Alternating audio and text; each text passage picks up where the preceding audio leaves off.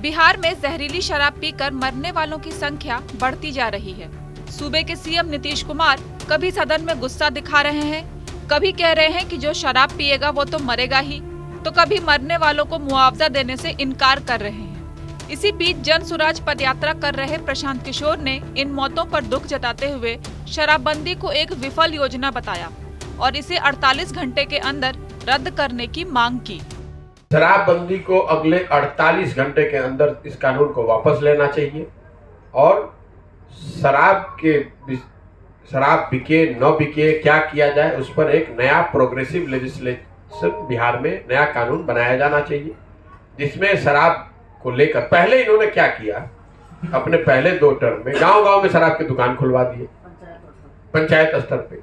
उसके बजाय बीच का रास्ता जहां आप डंडे के बल पर शराबबंदी लागू न करके एक बेहतर रेगुलेटेड फ्रेमवर्क में शराब की उपलब्धता यहाँ करा दी जाए।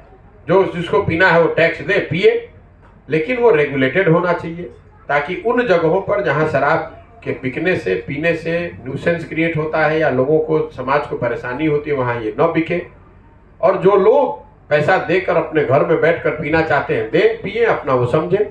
और सामाजिक स्तर पर जरूर सरकार को प्रयास करते रहना चाहिए, जैसे आप गुटखा के लिए कर रहे हैं, दहेज के लिए कर रहे हैं, कम एज में शादी के खिलाफ कर रहे हैं, जातिवाद के खिलाफ कर रहे हैं, सांप्रदायिकता के खिलाफ कर रहे हैं। ऐसे सारे विषयों पर समाज के स्तर पर प्रयास करते रहना चाहिए, जिसमें सरकार की भी अपनी एक भूमिका है। प्रशांत किशोर ने ये भी कहा कि शराबबंदी पर सबसे पहली मुखर आवाज उन्होंने ही उठाई थी। जो बीजेपी वाले आज विधानसभा में हंगामा कर रहे हैं वो लोग ही जेडीयू के साथ 5 साल तक शराबबंदी का समर्थन कर रहे थे। इसके साथ ही तेजस्वी यादव को आड़े हाथ लेते हुए प्रशांत किशोर ने कहा कि जब आरजेडी और तेजस्वी यादव विपक्ष में थे तब शराबबंदी पर नीतीश सरकार को घेर रहे थे और अब ये खुद सरकार चला रहे हैं तो इन्हें शराबबंदी सही लग रही है।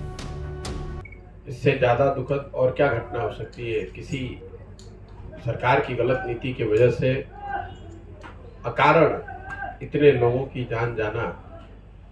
लेकिन अगर आप लोगों ने ध्यान दिया होगा तो शराबबंदी पर सबसे पहला इनके विरोध में मुखर आवाज मैंने उठाई है। जब से मैं आया हूं तब से बोल रहा हूं। भाजपा के लोग जो आज बड़े एजिटेटेड हैं, असेंबली में विधानसभा में हल्ला कर रहे हैं, ये तो 5 वर्ष तक इनके साथ बैठकर इन्होंने शराबबंदी का फेवर किया है, उसके पक्ष में थे। तो कोई ये भाजपा के लोग से नहीं पूछ रहा है कि जब आप सरकार में थे तो आपने शराबबंदी हटाने के लिए क्या काम किया। और आज भी पहले ये तो यहाँ जितनी पार्टियां हैं पहले ये तो बताएं कि शराबबंदी पर उनका स्टैंड क्या है। यही काम आरजेडी और तेजस्वी यादव कर रहे थे। जब तक आप विपक्ष में थे तो रोज हल्ला मचाते थे कि भैया शराबबंदी फेल है, और जब आप सरकार में आ गए तो शराबबंदी आपको ठीक लग रही है। वही काम भाजपा कर रही है। जब सरकार में बैठे हुए थे तो शराबबंदी से उनको कोई दिक्कत नहीं थी, जैसे ही सरकार से बाहर निकले तो आप हल्ला मचा रहे हैं।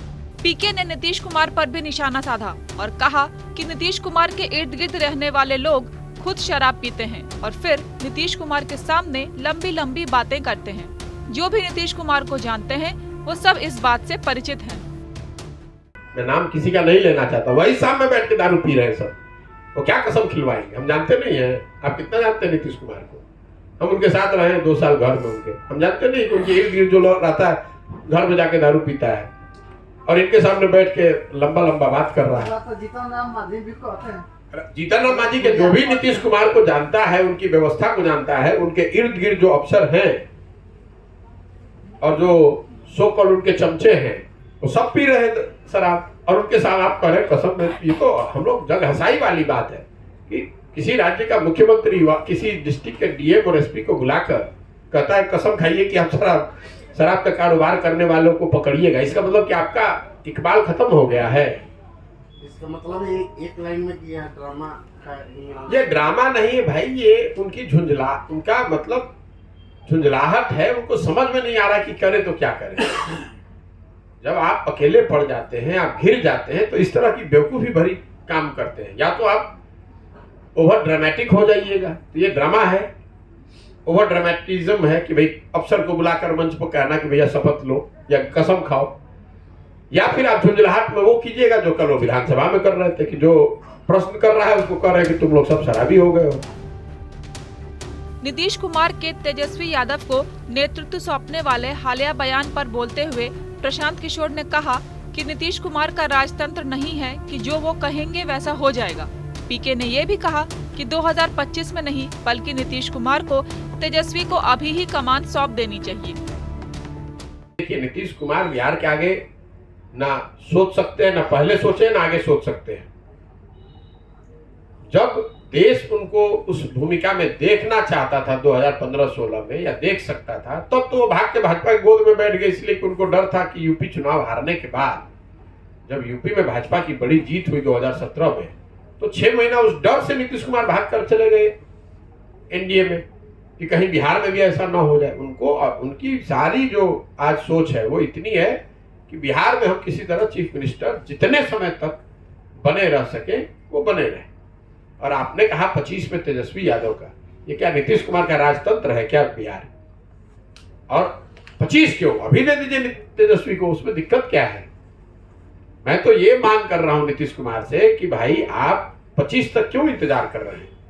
आप तेजस्वी यादव को अभी मुख्यमंत्री बना दीजिए, ताकि जनता ये भी देख सके, जनता के पास बेहतर ऑप्शन होगा कि आप 3 साल जनता देख पाएगी कि कितनी बढ़िया ये सरकार चलाए हैं, ताकि जब 25 में उनके नेतृत्व में चुनाव लड़ा जाए तो जनता के पास वो एक रेफरेंस पॉइंट रहेगा, एक आधार रहेगा कि भाई 3 साल इन्होंने कैसी अच्छी सरकार चलाई है।